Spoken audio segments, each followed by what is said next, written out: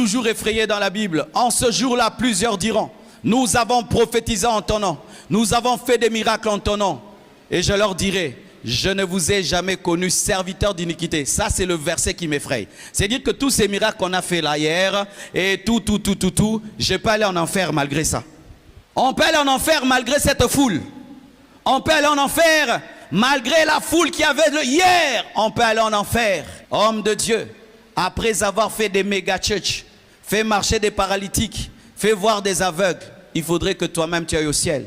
Parce que les fidèles à qui tu prêches la parole prennent au sérieux ce que tu dis, pratiquent ce que tu dis, ils vont mourir, ils vont au ciel. Mais toi-même, le pasteur, on te cherche, on ne te trouve pas. Où est Pasteur Boni? Où est Pasteur Boni? Pasteur Boni n'est pas là, il est en enfer. Pourquoi? Il disait des bonnes choses, lui-même ne les pratiquait pas. Que cela ne t'arrive pas.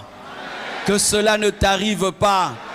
Après avoir nourri les fidèles, nourris-toi toi-même. Après avoir dit aux fidèles, sanctifiez-vous, toi-même sanctifie-toi. Parce que le jour de l'enlèvement, Jésus ne va pas tenir compte de nos titres. Il ne va pas tenir compte de nos églises et de nos livres et de nos miracles. Il va tenir compte de la communion avec lui. Vis dans la communion avec Dieu. Parce qu'à la fin des temps, nous serons jugés. À la fin des temps, tu finiras par mourir. Et il y aura l'enlèvement bientôt. Imagine, homme de Dieu, pendant que je prêche comme ça, frère, il y a l'enlèvement. La moitié de l'église est enlevée, moi je reste. Avec le micro. Qu'est-ce que vous allez me faire? Vous allez me taper.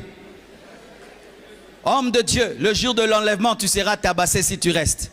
On va dire avec tous les bruits que tu faisais, les affiches et tout, tu nous dérangeais matin, midi, soir. Oh l'enlèvement, toi-même tu es resté. Ils vont te taper dans la tribulation comme pas possible. Chez nous, dans notre pays, nous avons des bus. Et quand le bus se remplit, il y a quelqu'un qui fait entrer les autres dans le bus. Et quand il y a trop de gens, il sort du bus. Il vous laisse dans le bus et lui, il est dehors comme ça. Et il y a la pluie qui tombe sur lui. Le soleil est sur lui. Mais il vous a fait entrer dans le bus. Et nous disons toujours, ne sois pas comme un receveur où tu fais entrer les gens dans le ciel. Mais toi, tu es en enfer. Et toi, tu rates l'enlèvement. Homme de Dieu, c'est bien de prêcher, c'est bien d'enseigner, c'est bien de guérir les malades, mais le plus important, c'est le salut de ton âme. Le salut de ton âme. Et je t'assure, lorsque tu as cette motivation, tu ne seras pas un faux pasteur. Qu'est-ce qui fait de nous des faux pasteurs? C'est quand tu oublies l'essentiel, l'éternité. Tu oublies l'essentiel, le ciel. Et tu penses que tout c'est ici. Avoir des grandes églises, faire tomber les gens, les miracles, les prodiges. Ce n'est pas tout.